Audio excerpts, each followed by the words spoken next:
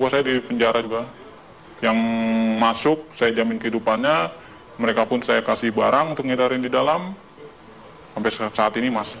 Jadi memang sengaja dimasukkan memang untuk mengedarkan di dalam sel. Karena kebutuhan sel tuh banyak juga, sama seperti kebutuhan di luar. Berapa persen dari 100% penghuni lapas itu pakai narkoba? Hampir semua ya. Hampir 75% dan 80% itu pemakai. Berarti sipir tahu dan kalapas tahu dong? Tahu. Itu hal umum. Karena kan kita juga masuk barang itu nggak mudah. Biasanya itu uang tip atau apa segala macam. Selalu diminta. Berapa biasa minta? Sipir berapa, kalapas berapa? Ya nominalnya masih jutaan ya, belum ratusan juta. Masih jutaan. Misalnya jutaan, sipir tuh dapat berapa sih? Sipir sebulan bisa dapat 5 juta, 7 juta. Tergantung kita bawa masuk barangnya berapa banyak. Oh barangnya sekian, ya tinggal di itu aja proses. Kalau kalapas dapat berapa sih? Kalapas dia puluhan juta. Yang paling banyak demand-nya itu di penjara mana? Cipinang. Lebih banyak dia bandarnya. Salah satunya banyak kan anak buah saya selama ini yang ketangkep di mana. Mereka di dalam ya saya tanggung semuanya. Dia di dalam, hidup keluarganya di luar, saya tanggung semua. Oke. Sampai dia keluar. Sampai dia keluar. Secanggih apa sih bisa ngatur peredaran narkoba dalam penjara? Alat-alat mereka canggih dong? Canggih. Mereka alat-alatnya lebih canggih dari pemerintah Indonesia sendiri ya. Masa? Iya. Secanggih apa? Dari mulai telepon, mereka pakai satelit, langsung tembus satelit. Tidak ada lagi lewat operator-operator Indonesia. Mereka semua pakai satelit. Jadi nggak bisa disadap? Nggak bisa disadap. Sangat sulit untuk disadap. Tidak akan ada habisnya Indonesia. Karena Indonesia target terbesar di Asia untuk peredaran. Untuk peredaran. Kenapa Indonesia jadi target? Karena demand yang begitu besar? Demand yang begitu besar. Keuntungannya juga besar. Hukumannya juga ringan. Soal hukuman? Iya.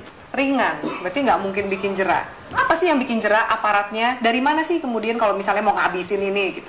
Dari mana sih? Biasanya kalau main di hakim itu buat main hukuman. Peringanan hukuman, segala macam. Anda bayar? Saya bayar. Dalam bentuk uang atau dalam bentuk barang juga Anda kasih? Uang, biasanya uang. Mereka hanya uang. Kadang barang tergantung hakim. Hakim maunya apa ya kita kasih. Banyak klien Anda yang hakim yang make juga? Ada banyak. Ada 10 orang ada. Bagaimana Anda menggunakan uang yang luar biasa banyak ini? Biasanya Anda menghabiskan untuk apa?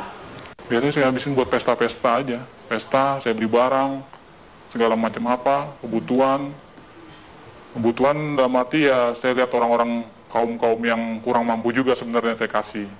Beramal juga? Beramal. Tapi kan dari duit seperti itu, duit haram, duit panas? Iya, istilah kata buang sial. Kalau di kalangan ini buang sial, harus. Anda nggak takut ketangkep? Enggak.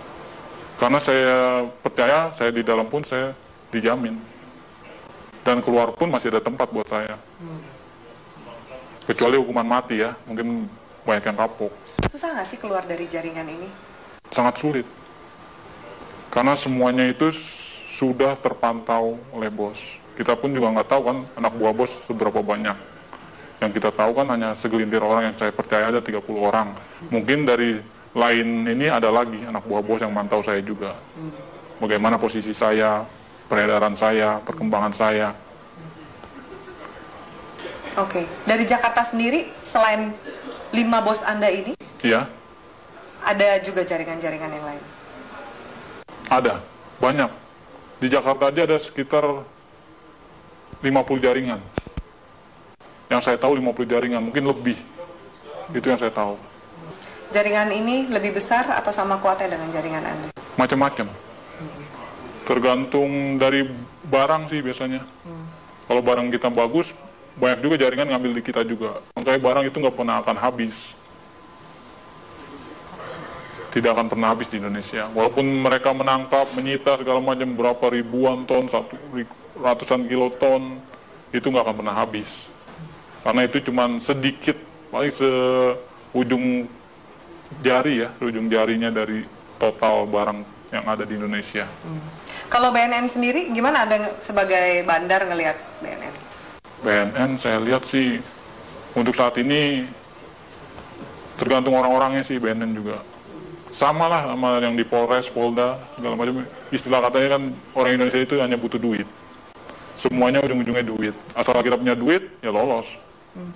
Sampai ke jaringan, kalau kepolisian juga? Kepolisian udah hal umum. Udah nggak bisa ini lagi. Nggak mungkin dibersihin? Nggak mungkin dibersihkan. Karena memang aparatnya pun pemakai. Kenal sama bandar, kenal barang, nyuplai barang juga, begitu. Seterusnya.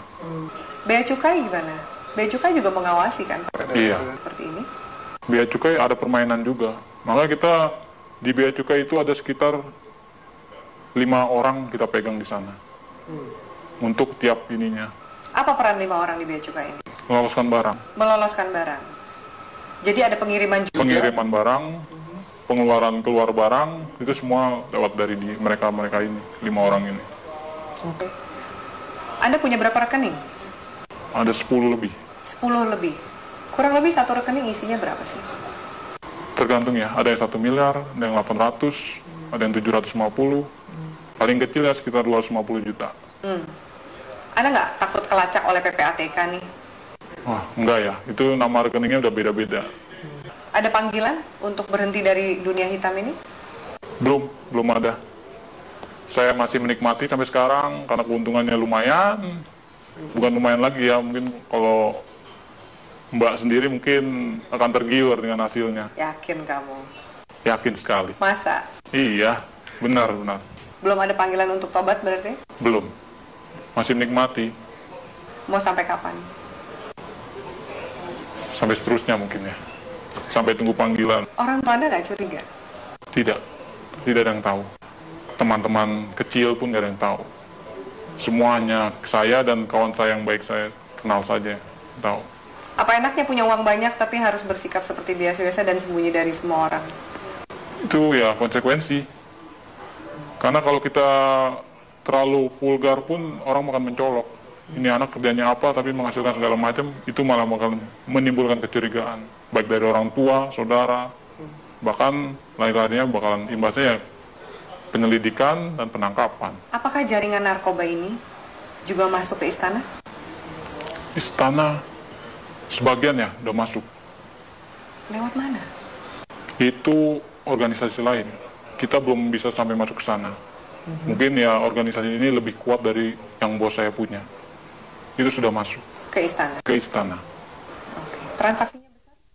Tetaplah bersama kami di Metro.